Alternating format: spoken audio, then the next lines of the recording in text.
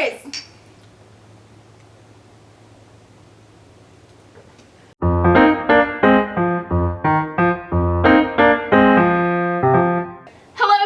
And welcome back to another video. My name is Taylor. And I'm Rayanne. And welcome to Tipsy Book Talks.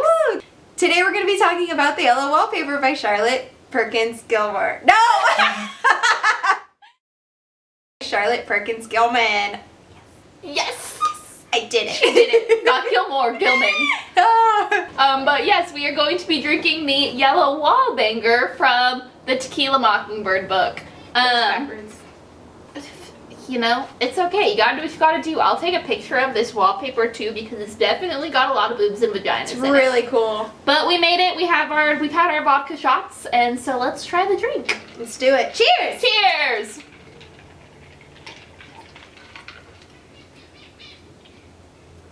I don't like it. It straight up tastes like a sour foot. It tastes so grody. Sour foot. In case you haven't tasted it, try a Harvey Wallbanger. That's basically what this is. Sour foot. So we are going to talk about The Yellow Wallpaper by Charlotte Perkins Gilman.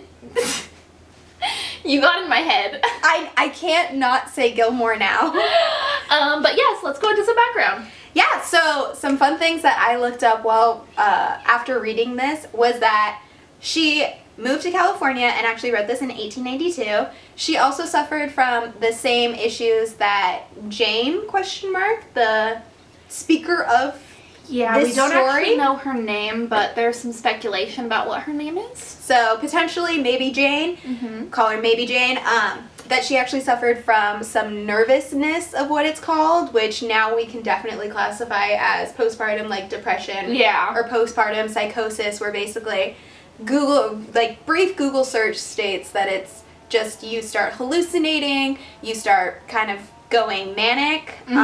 What else? That there's depression, confusion, so I think postpartum depression is like wrapped in that. But yeah, she was a suffragette. She went to DC to do a representation. Oh my gosh, vodka's sinking in. She went to DC to talk about women's rights for California.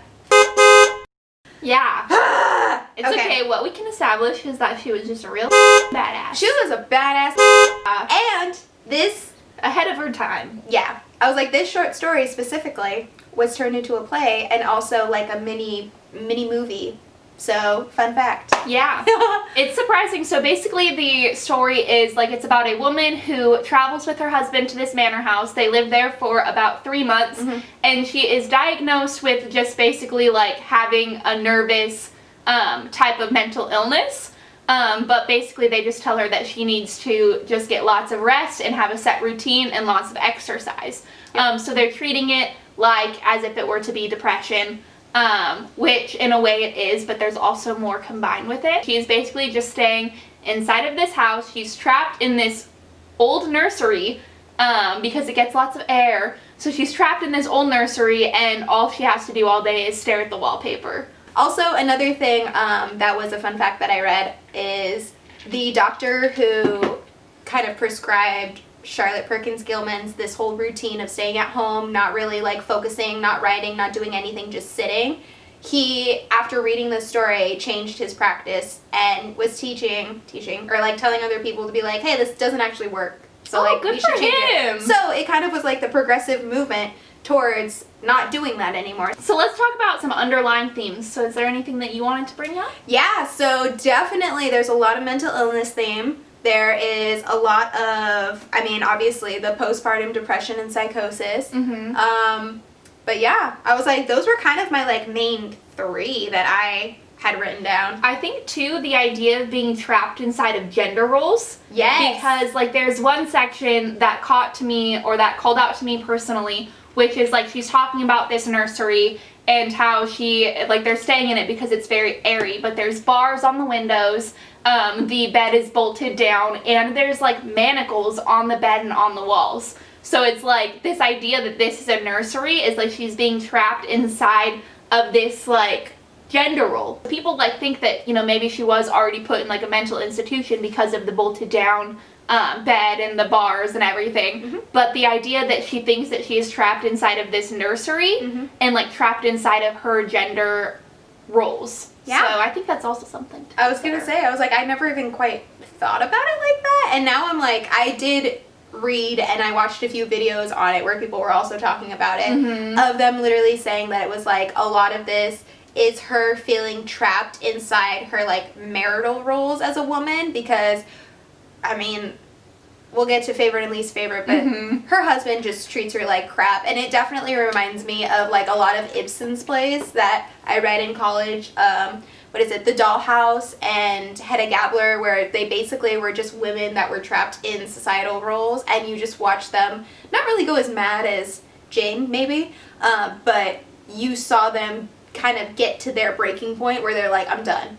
I can't do this bullshit anymore. It's hard though, because like, I know it's different from our society now, but he was like very caring and like he did really like try to care for her, so you wanted to like him, but this idea that like he thought that he knew what was best for her in that moment, and he really did not, but like because he was a man and because he, you know, knew all these physicians and like they agreed with his opinion, and like because of all of that, he just assumed that he knew what was best for her and that like he had ultimate say. Imagine if therapists like treated all of their patients the same exact way. Like people react differently to things. Some people need routine and some people need to break that routine. There's different ways that you have to treat different people. So I feel like this story also addressed that of like, just because this worked for somebody else, I think that I should have been able to work and I should have been able to change things up a little bit and see people I wanted to, because I think personally that's what would have helped for me. I really liked how the story, you can see it just progressing from just like, she's fine and a little sad to very sad and a little crazy to like, ultimately like, things just swap and she is completely insane. And I like that like Charlotte Perkins Gilman decided to do that and not even just make it like, she's fine and then she's crazy. Like you can see the progression of it, and that's what I'm like, I was like, this is kind of just all over the place, but I really like that and I just wanted to bring it up. Oh yeah, the ending. Do you want to talk about the ending first? Or do you want to do hell this? Yeah. Okay, so the ending, what was really interesting to me, obviously, sorry I didn't mention earlier, spoilers. But in the ending there like gets to this point where she's like trying to rip this woman out of the wallpaper who she thinks is trapped inside of it. And once the woman is free, like she basically like becomes her, and like her husband comes in and finally gets into the room that she has like basically trapped herself in, and she's like, I'm free, but he's kind of like ruining it. I think she puts it that he doesn't understand. Yeah. That he's being a silly goose, which by the way, just the mention of how he calls her a silly goose and all of these like cutesy terms to be like, oh, you're being funny, this is just like who you are, haha, it's adorable. And she's like, I am suffering from something way bigger. But yeah, she basically turns the table on him and she's like, oh, you're being so silly right now, you just don't understand. Well, it's like the gender roles flip in that moment, and that scene is like mania. But it's like there's a point where like he faints, which is seen like in the time that this was written is seen as a very girlish thing to do. Like that's a very womanly thing. Yeah, so it's like he faints and then she is like creeping around over him. That part was really creepy. I loved it. Honestly, I crack up every time thinking about it because I think of like Gollum crashing, just like, hold on, honey, I'm just gonna crawl over you. Like she's like, I'm free now. Like, come get me. Come get me. I'm ready. I'm like gonna get Thriller.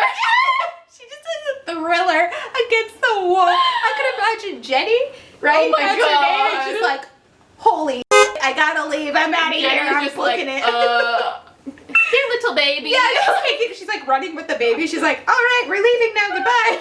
Yeah, I don't know. It was wild. Oh, God. But, like, they switched, like, the gender roles, but, like, that was seen as, like, her going over the edge. So it was funny that, like, Charlotte Perkins Gilman, finally. Yeah, finally. But it was, like, interesting that, like, that's the way that she portrayed mania, was, like, the idea that, like, gender roles have been flipped. It's like 10 pages long, and, like, there's so much in it. So much to unpack. There's literally, like, sentence per sentence, you're like, wait a second. Oh, my God, wait a second. Yeah. Like, it talks about the differences in now and then of treating illness, of how they described illnesses, of what the people going through the illness thought, which is literally insane to me that, like, somebody's like, hey, you're going through something right now.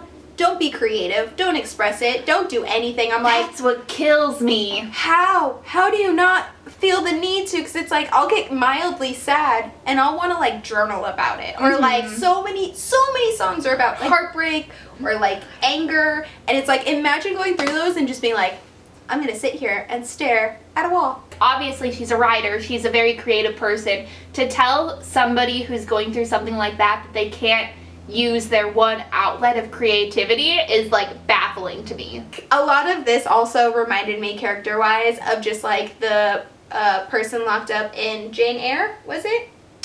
I haven't read Jane Eyre yet. Oh, okay. I think I'm thinking of the right book, but the woman that's locked up in the tower because she's crazy, I was like, this seemed very much like John was wanting to take part of, like, curing his wife, but also he was like, I'm gonna just hide you away. It was and so just put it, about like, hiding her, because he wouldn't even let their closest friends see them, because, like, she was like, I want to be around these people because they bring light, and he's like, no, like, I think they're too much for you right now, but I really think it was about, like, hiding her from them. Because she even was near people on the 4th of July. She was like, oh, we had a few family members over, and that's when she was still barely going through it. So I feel like he was like, she's still kind of okay. She hasn't hit her, like, I think he's imagining, like, a peak. So, like, she's kind of bad, she gets really bad, and then she gets better. And, like, he was like, oh, it's fine. But then once she hit kind of close to her peak, and she's like, I need socialization, I need to talk to people. He's like, nah, you don't need that. And it's just like, oh, poor girl, like, that sucks. I would be so upset, but yeah. So let's go into least favorite characters first. Yes, please, because John. We all know it's John. He's the worst. Love you, honey, not you. I think both of our least favorite characters is John. Yeah, definitely. Well, I mean, of all the three, yeah, definitely John. At least Jenny, like, gives her space. Yeah, Jenny understands. She's like, girl, I feel you as a woman. You just kind of need it. I guess 4, if we count the wallpaper lady, which I think I would count her because she's kind of her own character. I thought you just meant the wallpaper in general. I was like, yeah, the wallpaper. No, the lady creeping around in the wallpaper. Like, but the thing is funny enough, I was looking up the Yellow Wallpaper, and one of the top links on Google was 14 plus pictures on Pinterest of the Yellow Wallpaper, and I was like, that's such a roundabout, like, crazy thing, because I was like, Pinterest is normally used by housewives, and the fact that, like, the, like, highest searched tab is on Pinterest, it means that, like, housewives are looking up the Yellow Wallpaper, and this is about a housewife who's trapped looking at Yellow Wallpaper. Like, it's insane. It's such, like, a crazy circular thought.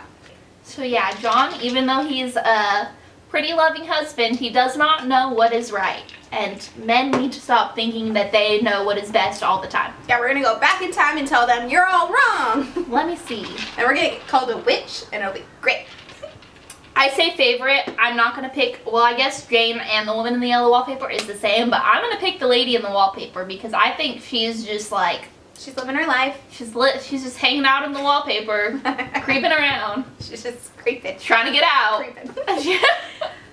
But it's like, Jane also mentions there's, like, so many holes in the wallpaper. Don't you think that the creeping lady already would have gotten out? No, she can't get out because she has to crawl around it. The entire wallpaper has to get taken down. It's in, like, the Maze Runner, when the maze shifts, if you tear down a little piece of the wallpaper, this has to, like, crawl around it now, and she's like, these children who tear apart my wall. Which, by the way, I really want to know if it was an asylum or an actual nursery. I don't know. Because, like, I've been in classes before where they try to describe it and they're like, she's actually trapped in an asylum and she thinks that she's in a nursery, and it's like, this girl's also, like, talking about, like, rings on the wall, and I'm like, is this meant for, like, a game? Is it genuinely meant for, like, people who are crazy and they had to get, like, tied up? Like, and it's like, I get the bars on the windows, but I was like, I've been to old houses and they have bars on the windows where they're, like, elegant bars. It's not just, like, bars, which a lot of people will probably assume are, like, mental asylum bars, but I'm like, I've seen, like, houses that have them in front of the windows, and it's like, that could have been it. I don't know. People talk about it being like an asylum, but like the fact that she is only in contact with like her husband and Jenny makes me think that it's not. Yeah, exactly. Which, if you were to go down the conspiracy route, this is going way off topic, but if you go down the conspiracy route of thinking she's in an asylum, how crazy would that be that she thinks that her doctor is her husband and her housekeeper is the one taking care of a baby, when that could have been another patient who thought that she had a baby and she didn't, and Jane the entire time was thinking she was going to leave. Like, that could have been a whole route that you can go down of thinking that Jane is actually the entire time in an asylum, and I can't say it, and she's just like, I'm going to get out in 3 months. I'm going to leave in 3 months. And, like, her doctor is like, yeah, you should be better by 3 months. That actually makes a lot of sense. I like to conspiracy theory think of her as, I'm probably going to be thinking about this a lot tonight. Yeah, in an asylum, right? Mind blown. But where does the wallpaper come from then? The wallpaper's just there. The wallpaper's just put up, and it's torn down instead by other asylum patients who were in that same room because they didn't like it because it's an atrocious wallpaper. That's wild. Right? Crazy! Okay, did you have a favorite character? My favorite character is Crazy Jane, who's crouching and running around their house. It's basically the same. It's the same girl. And then, yeah, John. Jane's great. Poor Jenny and her baby, which we don't know if the baby's real or not. It is. I think it is. I think it is.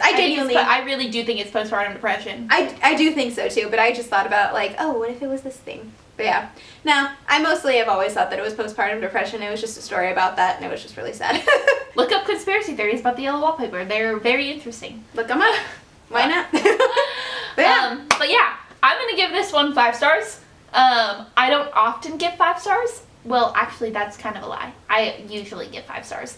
But this one is one that kept me thinking like nonstop, and as a short story, I felt like the characters were developed in that short amount of time. You know what I mean? I do. Like, I knew exactly who each person was and what set them off and what they were there for. Like, I just think that, like, in 10 pages says so much for itself. And the fact that there is so much, like, learned from this story alone, that I think it's worth the 5 stars I'm giving it to. Okay. I'm going to not give it 5 stars because I just am like, I want to know more, and that's just me being impatient, but I am going to give it a high score. I think it's worth 4.25 stars. So, like, a quarter of a star. I hate you. 4.25? What the fuck is this? 4.25 stars. So, realistically, overall, we give it a 4.75 star.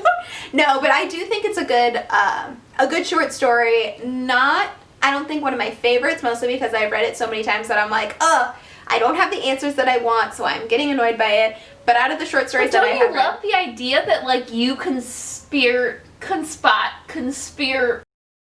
The fact that you can, like, look up conspiracy theories about it. Yes, okay, that's the thing, is that's why I give it a 4.25, because I genuinely am like, this is a good story. It's like all around, like... That's not the right word. I can conspire with it. Conspire. I'm like over there with huddled Jane. I'm like, yes, the yellow wallpaper. Let me just pick through this. So basically, yes. Sorry, our camera's going out, so we're going to make this really fast. But yeah, postpartum depression needs to be talked about more. I'm happy that I could talk about it. If you're struggling with it, we're going to put some references down below so that you can, look things up. Yep. But yeah, I personally really like it. I'm happy that I got to read it. I do like that it's about a woman kind of gaining her voice, even though she kind of goes a little crazy. Yeah. Yeah. Well, thank you so much for watching. Please subscribe if you have not already. Please like this video if you want us to do more content like this. I know we are planning a lot of classics coming up, so we are very excited to actually dive into what we started this channel for. Yep. But yes, thank you so much. Please continue to support us. We love every view that we get, every like that we get. And yeah. Yeah, we're so grateful, again, for everybody that's been paying attention and has been keeping up with all of our videos. And for making drinks with us. For allowing us to make drinks and just get drunk on camera, and for drinking along with us. We love you guys, and thank you again for watching. Cheers! Cheers!